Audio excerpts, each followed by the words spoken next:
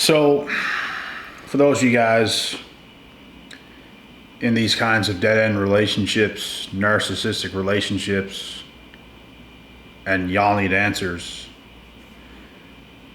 this one is for you. And I have a few notes jotted down so I don't forget what I'm about to explain. And before we get into that, I've mentioned this in a recent video, but if you guys have not ever took Irish sea moss, if you guys want your energy to be at its best, if you guys are lacking energy throughout this time of year, I know winter time is not the best for feeling at your best. You spend more time indoors, your energy isn't as good, you don't get as much sunlight. So if you guys want to take Irish sea moss and boost your immunity, boost your energy, your joints, your thyroid, your digestive system, there's so many things in this that's going to make you feel good. There's lots of vitamins and minerals in these, and it's going to have you feeling at your best. It is Black Friday sale. The link is in the description box under Organics Nature. So definitely check this stuff out. You won't regret it. And it's a very good brand. It's all organic and they last a long time. You guys should take at least 2 capsules a day and you will see the benefits. But anyways, let's get on with this video because this is going to be a great topic. If you guys are in a narcissistic relationship or ever have been in a narcissistic relationship, if you've been in it, you will understand this. If you are only in it now, or if you're going to be in it in the future, this is what you have to come to know. All narcissists are going to test you for certain things, and it's up to you to pass these tests. It's up to you to see what is happening and to not let them do these things and catch you off guard. So one of the first things they will do, obviously it's the love bombing first. Everything's so perfect, everything's so crisp. It's one of the best people you've ever met, is what you're gonna think because they're putting on that act. All to come to find out, things slowly start to take its shift when they get comfortable because they feel they have you now. They feel they got you right where they want you. So the first test you're gonna come to realize is how much you will take. How much punishment will you take and stay? They're going to see how much they can do to you and get away with it before you start to set boundaries, before you start to say, you know what, nah. Or if they will do those things and you just keep letting it happen and you don't do anything about it. So these are one of the first tests. Love bombing is one of the first things that happens in these toxic relationships, but it's not necessarily a test. They're just flat out love bombing you. The real first test is them starting to put you through things, you starting to become confused about their behavior, and it just feels like in your mind, like, what the fuck is going on? Like, what is going on? This is different. This is something else.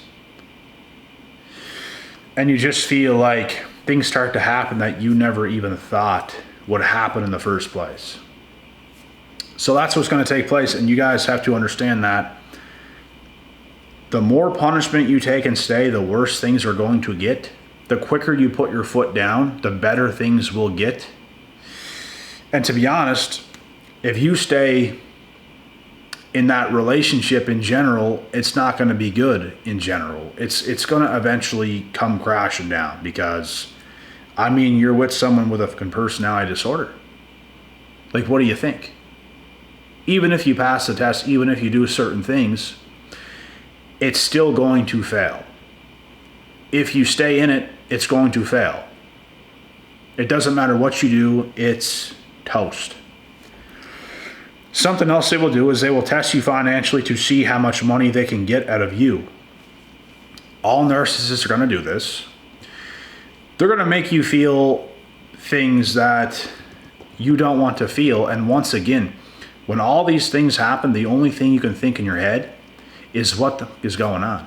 I can't even believe like what is happening right now. That's how crazy it is, bro. They go from somebody who doesn't want anything from you, they don't want to take nothing from you, to someone who's almost forcing it down your throat to do so much for them. That's what it comes to. You're dealing with different personalities, brothers and sisters. You're dealing with different things completely. Like, they're not even human. Something absolutely crazy is happening. Insanity. And it's just gonna rub you the wrong way.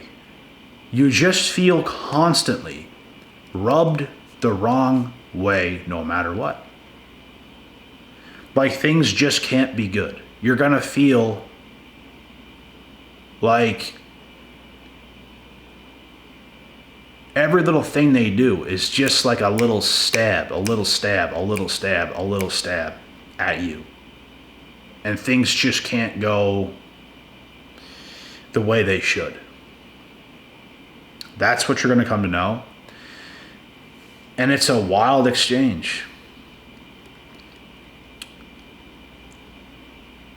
It's almost like they say things through their words that are on paper correct, but their actions show and tell otherwise.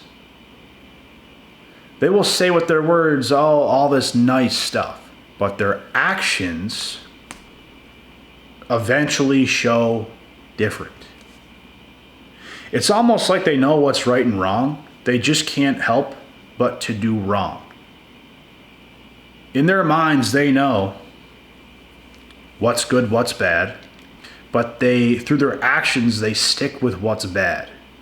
They do you wrong and they never admit it. They do you dirty, they don't admit it. They don't care to admit it. They're just going to keep doing it. And they will say through their words that they're not. They will say with their words that, like, everything you want to hear. But their actions, like I said, show otherwise. And that's what you're going to have to deal with. The third thing is they test with habitual non-listening to see how much you care, if they listen or not. So when you try to tell them things, habitual non-listening means they hear you, but they're not hearing you because they don't care to hear you. The way they think is the only thing that matters. They cannot hear your perspective on things and actually take that into consideration. It's their world, and you're just living in it. That's all it is with them. They are habitual non-listeners, and this is easily one of the most overlooked traits of a purebred narcissist. One of the most overlooked. It's so hard to have a conversation with them. You don't feel heard. On your end, you don't feel heard. You have to hear them, but they don't hear you. Even if, bro, I'm not gonna lie. I've done many sessions before with many different people across the world. I have definitely had encounters with narcissists on call. Some people are amazing to deal with. Some people are amazing to talk to. It's a very good interaction and lots gets across. Some people, bro, you can tell from their delusion. You can tell by the way they are. Something is just not right. Something is just not there. And they don't know how to hear somebody else out.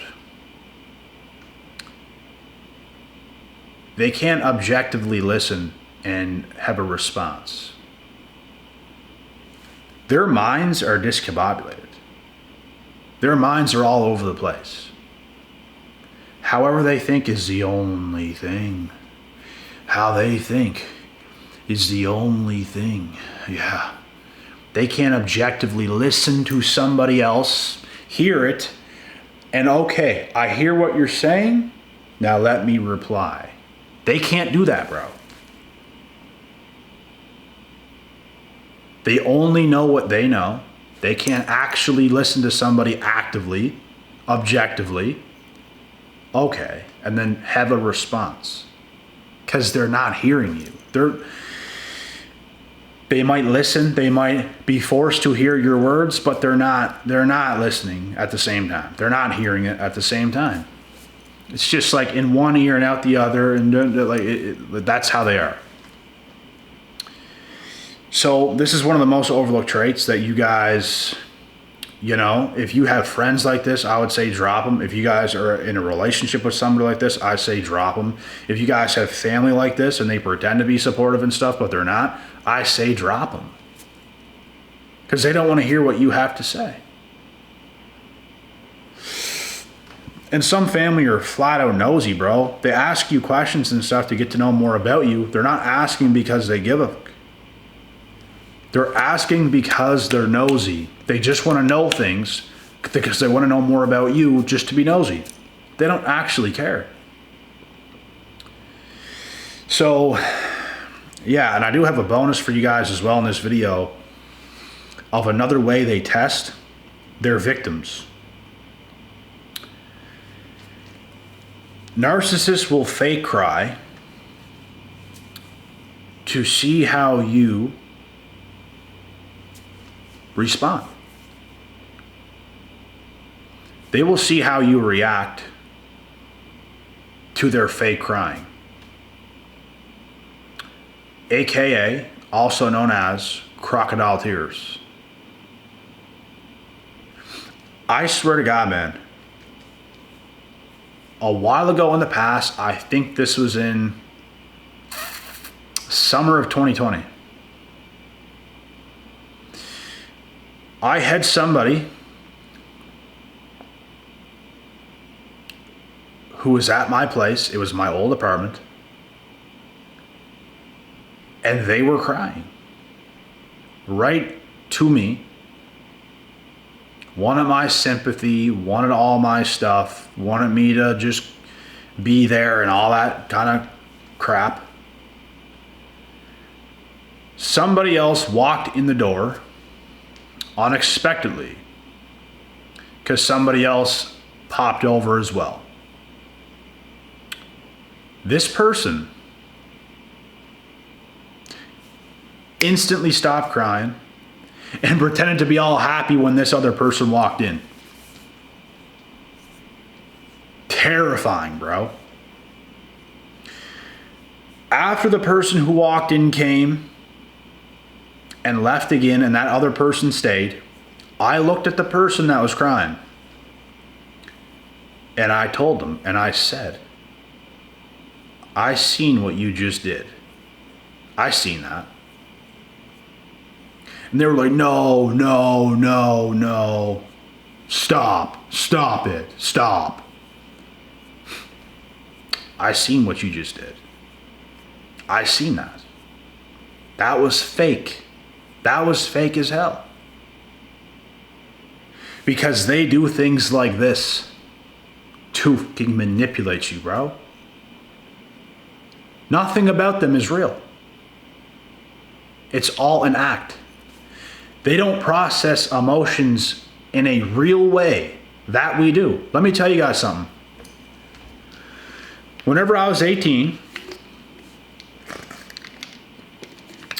which is 11 years ago from now, crazy, because I'm 29, but I was going through a rough time with a girl I was in a relationship with in the past, and we ended, and I got Abandoned once again. Didn't have the experience. So it hits hard, especially as a younger kid. It hits hard when you have to go through those things and you don't even know anything about it really. So I showed up at the house that I was paying rent at with a good buddy at the time. There was people over at this house. A couple carloads of people. There's probably 8 people and the bro that I rented the house with, so there's about 9 people in there. I walked in the door and I started crying because I was overwhelmed.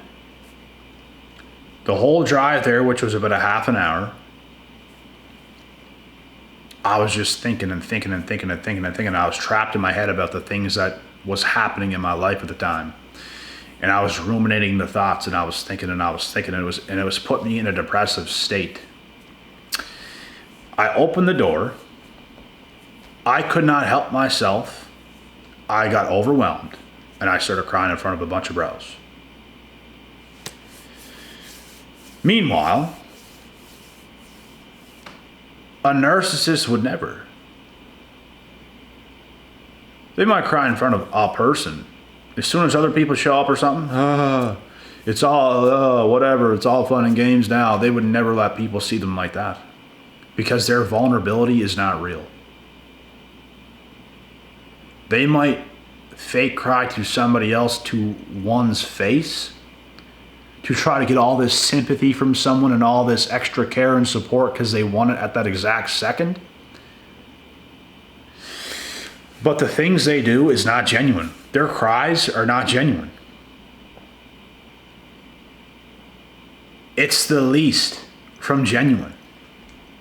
They're only doing that to make you suffer as a victim because they want to use somebody else to deal with their shit. All they want to do is use you, bro. Their vulnerability is not real. They express fake vulnerability to get access, attention, and admiration and care and all this other kind of hocus pocus shit. They want that when their vulnerability is not even real. There's a difference between getting support because you're actually in tough times and you're actually emotional and you actually are going through a legitimate hard time, and getting support. Rather than, you're not even actually hurt, but you want to fake cry to someone to make them have all the attention on you because you're a trapped little kid inside. That's the fucking difference, bro. That is going to trigger probably somebody watching this video. But it does not take away that it is the truth. That is what they want you for. To have all the attention on them, all the admiration on them at all times. And they punish these victims for it time after time after time again. As soon as somebody else shows up, like the situation that I was in, and when this happened, it was absolutely insane to witness. Someone going from like crying in front of my face to someone opens the door and they snap out of it, and it's like, bro, how is that real? If you were actually hurt, it wouldn't matter if someone opened the door. You would still be in that same state because that's your current emotions and that's what you're currently feeling. Does this make sense?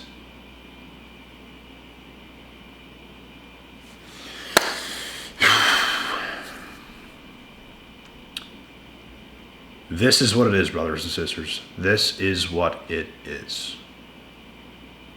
And to see something like that, you cannot unsee it. You just view them as, this person is fake as hell.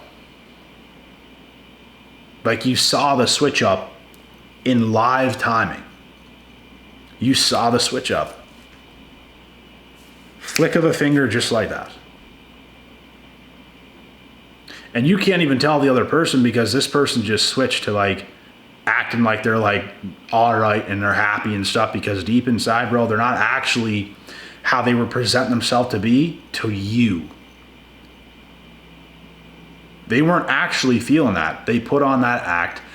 Alligator or crocodile tears started streaming down their face. They want you to believe they're all hurt and stuff and they need you and all this stuff. Somebody else walks in, switch up.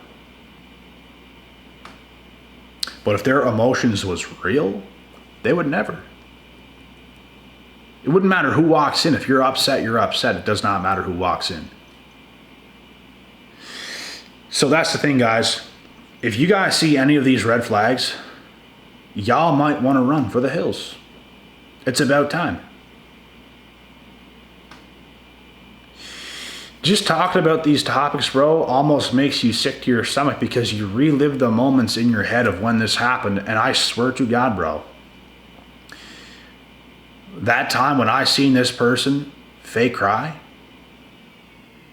it literally made me sick inside. And when I explained myself, it made me feel that rush of sickness again that I felt at that current time. It is sickening to see. And you can never look at them the same, bro. You can never look at them the same ever again. And I didn't. So, yeah, you guys might want to watch out for this stuff. Don't forget to follow me on IG. Exact same username as here on YouTube. And with that being said, guys, that is the end of this video. I hope you guys enjoyed. And I'll be back with more content. And with that being said, God willing, God bless. We'll see y'all at the top.